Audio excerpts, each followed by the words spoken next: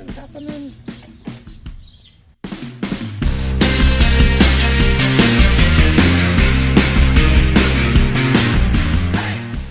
Today, we're smoking briskets. Basically, 2 flat roasts, 1 3-pound, 1 3.7 pounds, and we're cooking them up for a special family picnic. It all starts with the spices, and I'm going to mix together my own recipe, half a cup of coarse black pepper, half a cup of kosher salt. I've got a 50-50 mix of onion powder and garlic powder because I just like those flavorful notes that it gives the spice. And then the burnt paprika, just to add to the color and just to add a little something extra. Let's get going. Half cup of coarse black pepper, half a cup of the kosher salt, a 50-50 mix, half a cup of onion powder and garlic powder, and half a cup of the smoked paprika. Mix that all together real well. And we'll dust down our briskets with this proprietary rub. Now, you can make it. The way I come up with this is these are my favorite spices that I like to use on just about everything. Pepper, onion, either garlic salt or garlic powder, onion powder, and a new friend, the smoked paprika. Regular paprika doesn't seem to add a lot of interesting flavors, but smoked paprika really gives a little bit of a twist, a little high note, a little something special. Oh, done that, look good. Yeah, let's get the briskets over here and dust them down. I'm going to start applying the rub to the fat cap. I'm going to get a little light on it at first. And make another pass. Do this one. And that's going to give us a nice, flavorful bark. You don't have to cover it completely. You want the flavor of the meat to shine through past your spices, but it is a thick piece of meat. It's probably between 2 and 3 inches thick there.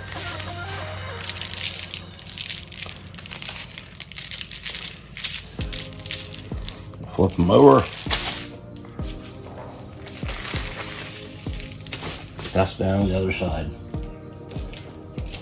Now there's so much worry and talk on YouTube about yellow mustard and this and that, pickled juice, and sometimes you have to come up with a story like that in order to get people to think that, oh, I've got the best recipe. When I really think a lot of meat, just with simple salt and pepper, is all you ever really need to do.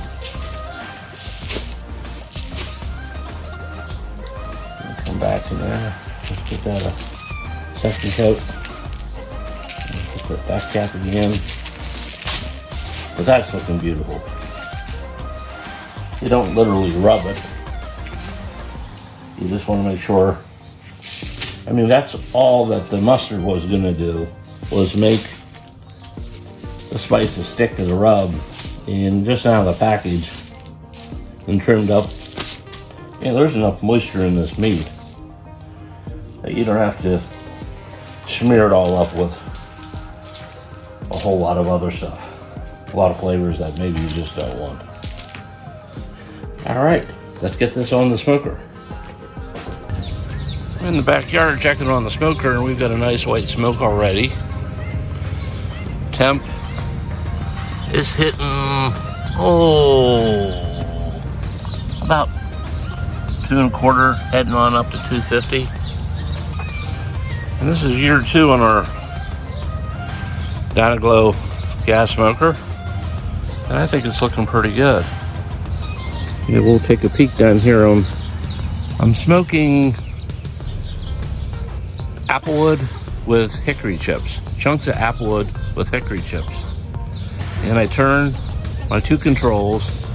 Each burner is 10,000 BTUs. I have this thing maxed out at 20,000 BTUs right now. And the purpose of that is just to get that nice rolling smoke and to bring the heat up in the chamber fast.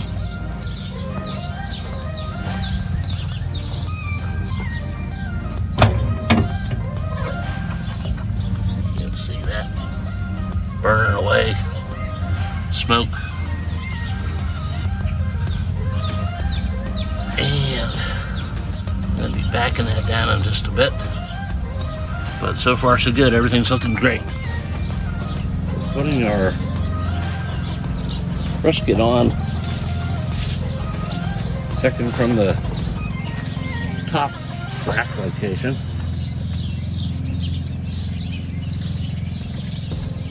Back cap down. Got a little tray in there to help keep things clean, but I'm going with cooking right on a grate, so the smoke circulates all around that. Even though I've got some foil in there to keep my drippings contained. And keep my smoker working and looking new.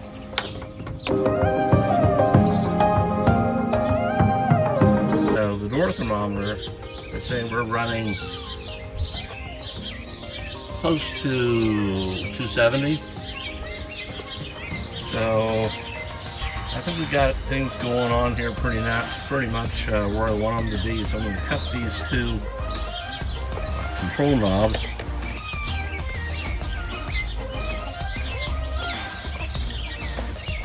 I'm going to take this from 20,000 BTUs and knock it in half to 10,000 BTUs. Let's see where my temperature stabilizes. It's brisket. We're in here for the long haul, all day cook. So it won't be until dark until these are done, but it's worth the wait.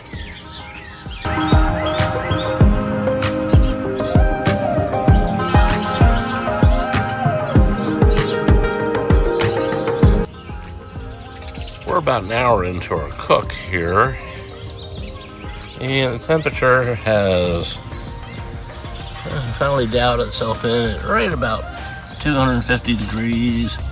I've been kind of going back and forth on these knobs until I got them set like this today. Well, I tell you one thing about this Dyna Glo, and probably all smokers, is it's never the same way twice. This is one of the higher settings that I've had to use to achieve the 250 range, and that may be because I've got the extra foil in a pan in there to keep the drippings. That probably has a lot to do with it.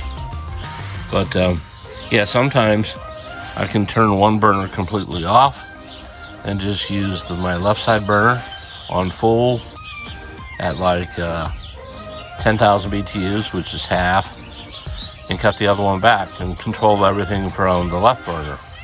Not today. They're both about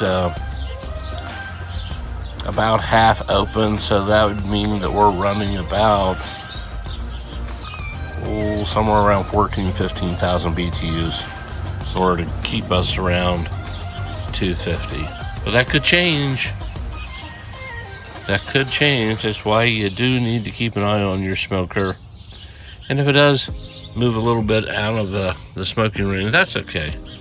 It's a long cook and you've got lots of time to adjust.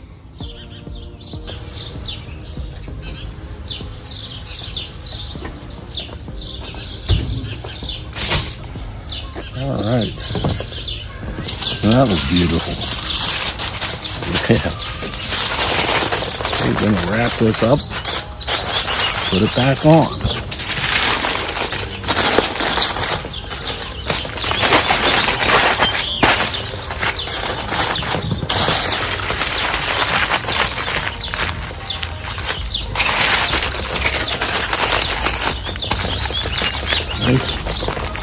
and neat.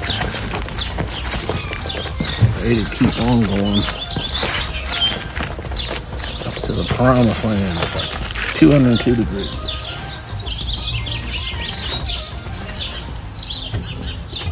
Our temperature is in the 200s, and we're going to pull the foil wrap briskets off and let them rest in the styrofoam cooler that I prepared. We have our briskets out, and they are hiding down here and resting in our cooler. And we're going to keep track of the internal temperatures as they rest. Right now, they're in the 200s. We want that to drop off and let them soak up all those juices. So last night we pulled the brisket off the heat after it broke the 200 mark.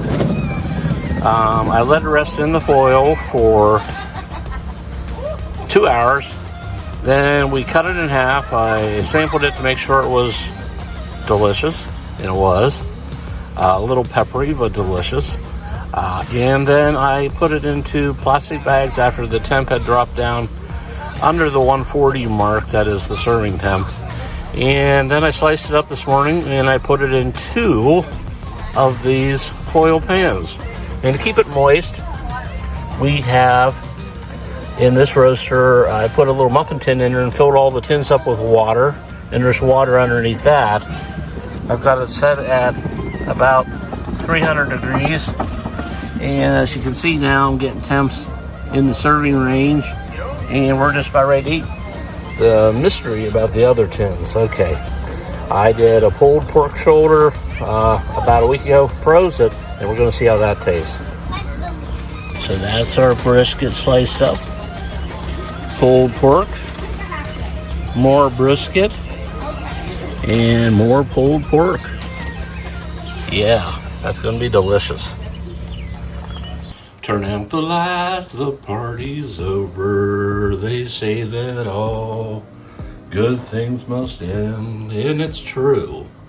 The roaster idea to reheat the brisket on the day of the picnic, the day after I cooked it, was gold. I used a muffin tray to make sure the water level kind of stayed hot underneath the little bread pans of food, and it worked perfect. I started reheating this about an hour and a half before I needed it, and set it at 300 degrees, and it brought it right up to like 150 degrees for serving. And we emptied out 1 pan of pork and 1 pan of the beef pretty quick, and then I moved my hamburgers and my hot dogs off the grill and put them in the roaster, and I kept all the food hot until I just brought the leftovers in, and it's not quite 9 o'clock. So they stayed at serving temperature in this nice little roaster deal for like 6 hours, and it's just yummy. Thanks for watching. Please remember to subscribe, like, and share. And for even more fun tales, please go to our website at www.thefunchasers.com.